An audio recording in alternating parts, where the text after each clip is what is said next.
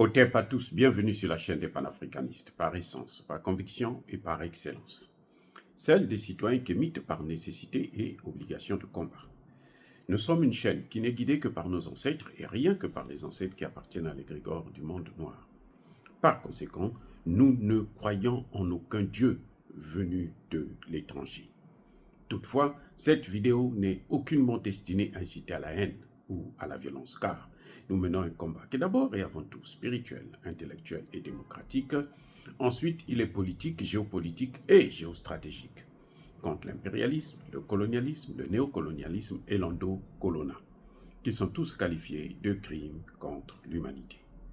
Nous menons ce combat sur la base du principe fondamental que nous avons hérité de nos ancêtres kémites, qui est celui de la Mahat, c'est-à-dire solidarité, vérité et justice. Vous êtes donc en droit de connaître la vérité et nous avons l'obligation de vous dire la vérité, rien que la vérité, afin que justice soit rendue au continent africain. Ça, c'est notre modeste contribution dans cette noble lutte en faveur de la souveraineté, la dignité, la solidarité et l'unité africaine. C'est exactement ça que nous appelons le panafricanisme. Bien-aimés frères et sœurs, où est passée l'opposition congolaise? Voilà. Où est passée l'opposition congolaise? Dites-moi, il n'y a plus d'opposition au Congo? Expliquez-moi ça. Lorsque j'ai soutenu, j'ai appelé à voter Tshisekedi, parce que en voyant tous les candidats qu'il y avait, je me suis dit, c'est le moindre mal. Parce que le problème du Congo, en fait, c'est sa classe politique qui est pourrie, hein, jusqu'à la moelle épinière. Pourrie, complètement pourrie. Il y a des gens qui m'ont reproché que non, toi, tu ne peux pas appeler à voter Tshisekedi, alors que toi, tu les critiques souvent, tu es avec nous, et puis maintenant, tu appelles à voter. Je dis non, je suis avec personne. Mon problème, c'est le bon sens. Je suis docteur en sciences politiques. Je pense que la politique de la chaise vide ne joue pas. Ça ne sert à rien. Donc, nous avons 20 candidats. Parmi ces 20 ou 26 candidats, parmi ces 26 candidats-là, moi, je pense que le meilleur candidat, c'est Tshisekedi. Tshisekedi avait eu un mandat de l'OTAN, hein, que Emmanuel Macron est venu arranger, au Kenya d'ailleurs. Et cette fois-ci, Tshisekedi, on va lui donner un mandat congolais. C'est le peuple maintenant qui lui donne le mandat. Et il n'a pas le droit à l'erreur. Parce que s'il continue à jouer comme il a joué avec le mandat des Occidentaux, eh bien, il risque même de ne pas terminer son mandat. Ça, c'est tout à fait normal. Ça va de soi. Et donc, effectivement, Tshisekedi a été élu. Donc, j'avais pas eu tort. Bon, maintenant il est élu. On constate, Tshisekedi n'a pas un nouveau gouvernement. Il a toujours le même gouvernement. 2, il a prêté serment, c'est vrai, mais il n'a pas de gouvernement. Et puis, la situation s'aggrave à l'Est. Tshisekedi avait promis qu'il fallait que si ça continue, eh ben, lui, il va demander l'autorisation au Parlement pour faire la guerre, déclarer la guerre contre le Rwanda. Vous voyez, c'est Tshisekedi lui-même qui a dit, il a même dit, oh, je n'aurais même pas besoin des gens, les drones vont faire l'affaire. Et jusque-là, on ne voit pas les drones, on ne voit pas la guerre, la déclaration de guerre. Alors que le Rwanda continue à tuer, le Rwanda est même en train de renforcer ses troupes et des armes. Ils sont de plus en plus armés. Ils ont des obus et autres, ils sont en train de tirer, d'envoyer partout, détruire le pays, et puis, bon, tuer encore plus des gens. Ils sont soutenus par les États-Unis, ils sont soutenus par la France, ils sont soutenus par la Pologne, hein, ils ont même signé des accords avec Kagame, et ainsi de suite. Donc, on constate que Tshisekedi est paralysé, c'est une couille molle. Ça, il faut le dire, c'est une vérité. Tshisekedi n'a pas de couille. Je ne sais pas si la femme là lui sert à quelque chose, mais en tout cas, c'est une couille molle. Mais, il y a un problème. C'est que Tshisekedi n'a pas un contre-pouvoir, n'a pas un contrepoids. Il n'y a pas quelqu'un qui va dire, mais écoute, cette situation, voici comment il faut la régler. Et cette personne, c'est qui? Mais c'est l'opposition.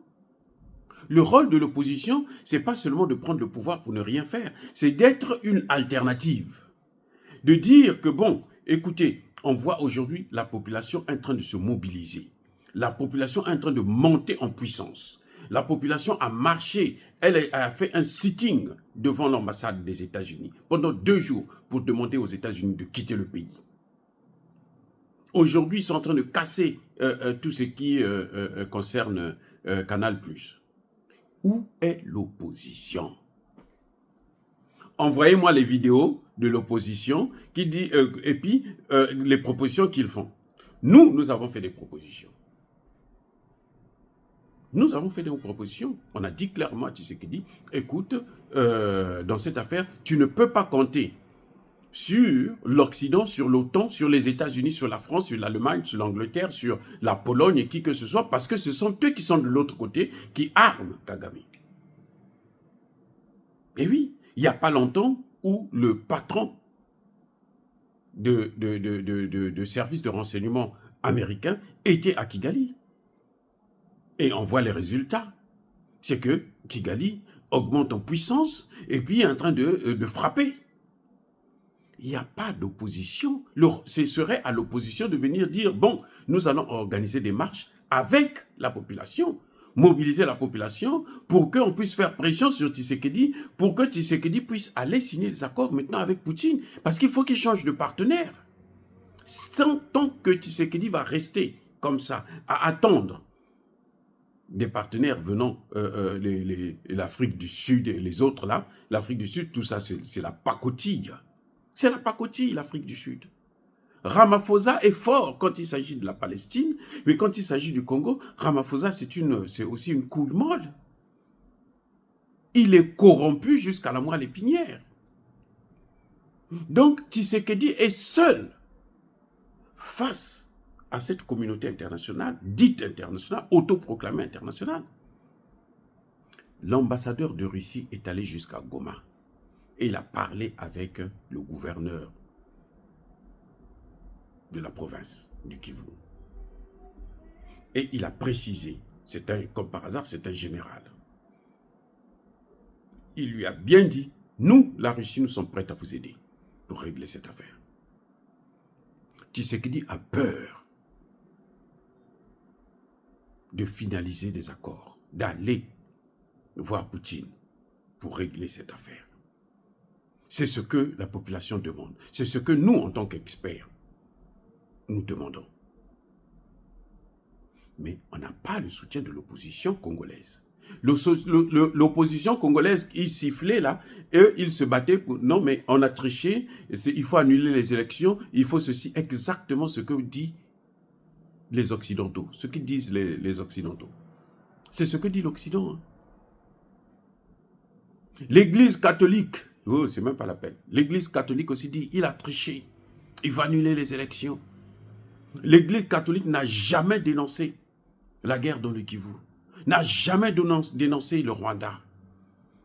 Pareil que l'opposition. Mais on ne peut pas... Et vous voulez que... C'est des gens comme ça qui voulaient gouverner le Congo. Mais ils vont faire pire que Tshisekedi. Où est l'opposition congolaise? Dites-moi, où est cette opposition? Vous savez pourquoi Kabila se tait? Parce que Kabila, c'est un Rwandais. Il ne peut pas. Aujourd'hui, le problème du Congo, c'est la sécurité. Kabila ne peut pas parler de ça. Parce que c'est Kabila qui a infiltré beaucoup au temps de Kabila. Le pauvre Tshisekedi, aujourd'hui, est en train de se battre d'abord pour faire le nettoyage au sein de l'armée.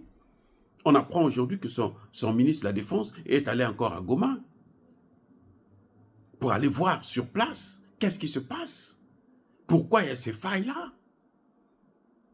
Parce que l'armée congolaise est infiltrée. L'armée congolaise, le gouvernement congolais, ce sont les gens qui sont le plus écoutés sur le continent africain. Tous les ministres, même Tshisekedi lui-même, son portable à lui, là, il est écouté par Joe Biden tous les jours, 24 heures sur 24. Où est l'opposition?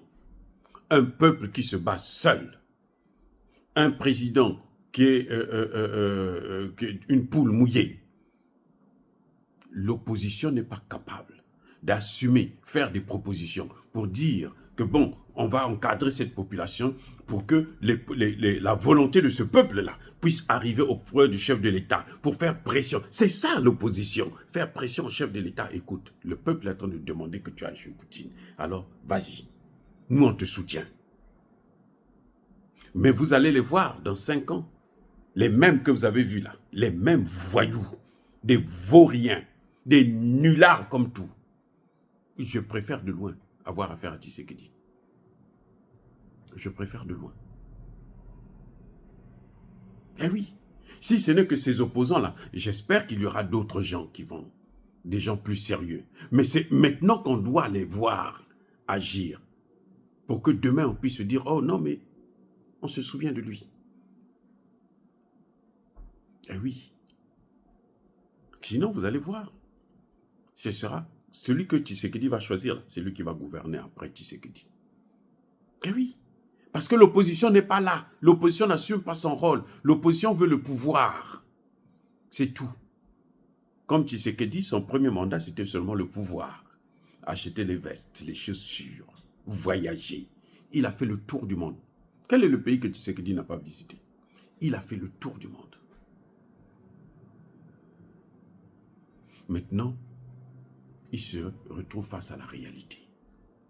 Les joueurs congolais ont fait leur part. Ils sont partis, ils ont parlé en Côte d'Ivoire.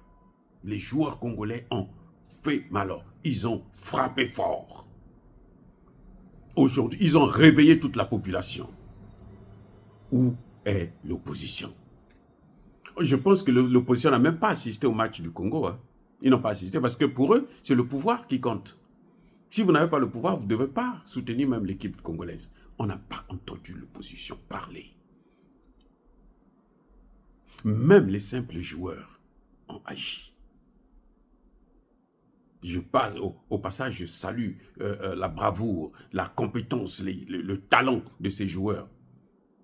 Parce que on constate malheureusement qu'il semblerait qu'il y aurait même eu une tricherie. Il y a eu une magouille pour faire échouer l'équipe congolaise. Mais en tout cas, l'équipe congolaise, ces jeunes garçons, ont fait passer un message clair à la communauté internationale. Malheureusement, la volonté politique n'y est pas. L'opposition n'existe pas. Et Tshisekedi a peur de prendre des décisions. Mais qu'il sache que la peur ne fait pas mourir la mort. La mort est inscrite dans les gens, la ruine dans les choses. Et un cabri mort n'a pas peur du couteau parce qu'il est déjà mort. Puisque le Congo ne cédera pas. Le Congo n'est pas à vendre. Les Américains, ils sont en train d'échouer là encore. Face aux outils, ce n'est pas avec les Congolais qu'ils vont réussir. Parce que le temps est arrivé où les gens malhonnêtes doivent payer le prix. En tout cas, l'opposition congolaise est en train de montrer qu'elle n'est pas une opposition. Elle est complice du malheur du Congo. Et que tous ces opposants, on ne veut plus les voir postuler pour la présidence dans 5 ans. Nous veillerons, nous mènerons, nous utiliserons les moyens que nous avons, les réseaux sociaux, pour mener la campagne contre eux. Si c'est les mêmes là qui ont disparu pendant que le peuple est en train de se battre seul face aux États-Unis d'Amérique, face à la France, face à l'OTAN, face au G7, face à l'Union européenne, ce peuple congolais s'est levé et on ne voit pas l'opposition pour venir encourager le président Tshisekedi afin qu'il puisse prendre de bonnes décisions, afin qu'il puisse équiper son armée, afin qu'il puisse mobiliser toute la communauté congolaise, alors cette opposition a failli à ses obligations. Et ça, nous n'allons pas l'oublier. Si les autres oublieront, nous, en tant que docteurs en sciences politiques, nous n'allons pas l'oublier, parce que nous savons que pour comprendre ces voyous-là, il faut les ramener dans leur histoire. Dire cela, c'est inciter à la haine ou à la violence. Non. Yaba colère ve, yamaleme. Encore une fois de plus, bien-aimés frères et sœurs, je persiste et je signe. Soyez bénis, abondamment bénis, par le Dieu de Kémit et par nos ancêtres angélisés. Mais que tous ceux qui persécutent le continent africain le pillent et le déstabilisent. Tous ceux qui sont en train de déstabiliser, vouloir balkaniser le Congo, qu'ils soient maudits, punis, foudroyés, neutralisés, écrasés, effacés par le Dieu de Kémit et par nos ancêtres angélisés. Vive l'Afrique éternelle.